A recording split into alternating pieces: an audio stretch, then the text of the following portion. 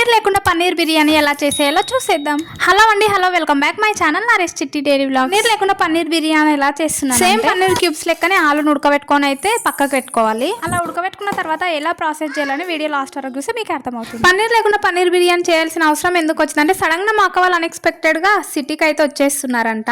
వాళ్ళైతే ఎప్పుడో మార్నింగ్ వెళ్ళారంటే ఇంకా ఏం తినలేదంటే వచ్చి నంబడే తినేస్తాం, కొంచెం ఆకలిగా ఉందని అయితే కాల్ చేశారు. మామూలుగా మన ఇంటికి చుట్టాలు వస్తున్నారంటే ఎంతో సంతోషం. ఇంకా అది మా అక్క ఇంకా వంట చేయని చెప్తానంటే ఇంకా రెచ్చిపోయి మరి వంట చేసేస్తున్నాను. పన్నీర్ బిర్యానీ చేద్దామని అయితే పన్నీర్ కోసం నేనైతే బాస్మతి రైస్ అయితే నానబెట్టాను. ఇంకా మా అక్క వాళ్ళు సాటర్డే నాన్ వెజ్ దినం వెజ్ చేయని చెప్పారు. సర్లే పన్నీర్ బిర్యానీ అయితే వేద్దాం, లేక మా అక్క వాళ్ళు వస్తున్నారని అనుకున్నాను. బాస్మతి రైస్ నానబెట్టాను, పన్నీర్ తీసుకురావడానికి నాకు వీలు అవ్వట్లేదు. మా ఆయన డ్యూటీకి వెళ్ళి వచ్చే వరకు లేట్ అయ్యేట్లాకుందని ఇంక ఇంట్లో ఆలు ఉంటే సేమ్ పన్నీర్ కర్రీ ఎలా చేస్తామో అలానే ఈ ఆలును ఉడకబెట్టయితే చేస్తున్నాను.